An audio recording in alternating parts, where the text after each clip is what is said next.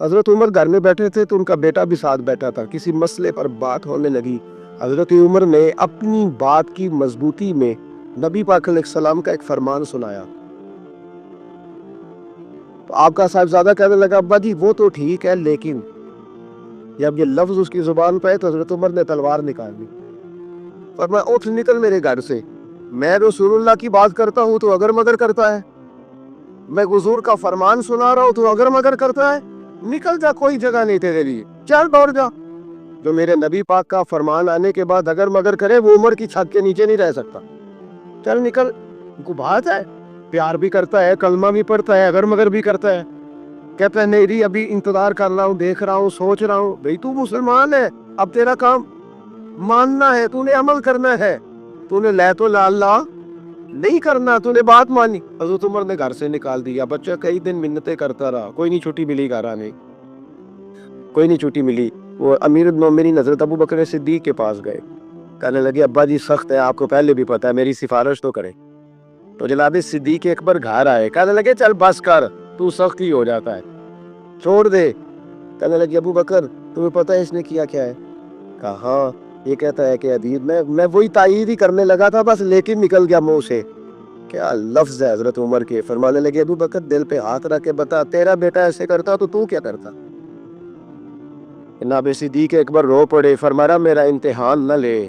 ابو بکر رو پڑے، میرا امتحان نہ لے، مجھ سے نہ پوچھ کہ میرا بیٹا حضور کے مقابلے میں ادھر مگر کرتا تو کیا کرتے. تو جناب ابو بکر فرمانے لگے تو نے تو تلوار اٹھائی تھی نا، میں نے مار بھی دینی تھی، تو اٹھائی. حضرت ابو بکر صدیق رضی اللہ تعالیٰ عنہ خلیفۃ المسلمین بنے. خلیفہ بنے تو سویرے، جس رات خلیفہ بنے سویرے سر پہ ٹوکری رکھی، منڈی کی طرف جا رہے. حضرت عمر فاروق رضی اللہ تعالیٰ عنہ مولا علی شیر خدا کو کسی نے بتایا کہ وہ تمہارا خلیفہ تو جا رہا ہے مزدوری کرنے، وہ تو جا رہا ہے کمائی کرنے. حضرت علی شیر خدا مولا کائنات جناب فاروق اعظم دونوں نے رستے میں روکا. ابو بکر کہاں جا رہے ہو؟ فرمانے لگے کام کرنے جا رہا ہوں، مزدوری کروں گا، منڈی میں جاؤں گا، تجارت کرتا تھا، اس کو جاری رکھوں گا، بچوں کا پیٹ بھی تو پالنا ہے.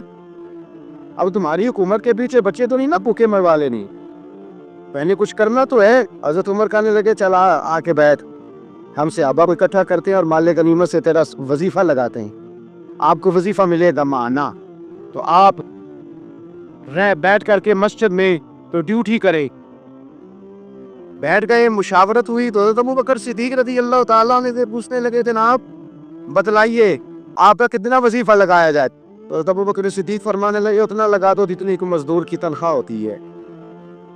تو ایک صحابی بول کے بڑے میٹھے اور دھیمے لہجے میں کہنے لگے ابو بکر اگر تیرا گزارا نہ ہوا تو، اگر تیرا گزارا نہ ہوا تو. حضرت ابو بکر صدیق فرمانے لگے اگر میرا گزارا نہ ہوا تو میں مزدوروں کی تنخواہ میں اضافہ کر دوں گا. اگر مزدوروں کے گھر چلنے لگیں گے تو میرا بھی چلے گا، میں ان کی تنخواہیں بڑھاؤں گا صرف اپنی. تو مزدور کے حقوق کا تعین کیا. سب سے پہلے تو میرے نبی پاک علیہ السلام نے منع فرمایا، فرمایا جس کو مزدوری پر رکھو پہلے اس کے ساتھ اجرت طے کرے. حضور صلی اللہ علیہ وسلم نے فرمایا جب تک اجرت واضح نہ ہو جاؤ کسی کو کام پر، جب تک اجرت واضح نہ ہو جائے، مکمل نہ ہو جائے کہ کیا دینا ہے، طے کرے. کیا لوگ جو جناب دے دیں گے لے لوں گا، شریعت اس کو پسند نہیں کرتی، محبوب نہیں رکھتی. پہلے اس کے ساتھ پہلا حق مزدور کو یہ دیا کہ اس کی اجرت پہلے، بولے یہ اجرت پہلے اجرت طے ہوگی، یہ پہلا حق ہے. اور مزدور کا دوسرا حق کیا بیان کیا میرے نبی پاک نے؟ فرمایا جب، اور یہ ایسی اعلیٰ بات ہے کہ جتنے حقوق لکھنے والے ہیں نا، جتنے بین الاقوامی سطح پر انسانی حقوق کا چارٹر بنانے والے ہیں، وہ کہتے ہیں کہ یہ ایسا نقطہ حضور نے بیان کر دیا ہے کہ اس سے آگے کو بڑھ ہی نہیں سکتا. یہ ایسی بات ہے کہ جس کی شرح بھی کوئی نہیں کر سکتا. میرے حبیب کریم علیہ الصلوۃ والسلام نے فرمایا پہلے طے کرو. اور کیا خوبصورت لفظ ہے، قانون بنا دیا. فرمایا جب مزدور مزدوری کر لے تو اس کا پسینہ خشک ہونے سے پہلے اسے ادا کر دینا. اس کا پسینہ خشک ہونے سے پہلے اسے اس کی مزدوری دے دو. ایک صحابی اپنے خادم غلام کو مار رہے تھے تو میرے نبی پاک تشریف لائے. اور میں کیوں اسے مار رہا ہے؟ حضور غلطیاں بڑی کرتا ہے. تو نبی پاک نے فرمایا جتنا تجھے اس پر اختیار ہے نا، اس سے کہیں بڑھ کر میرے رب کو تیرے اوپر بڑا اختیار ہے. کہ حضور یہ بڑی غلطی کرتا ہے، میں آخر کتنا معاف کروں؟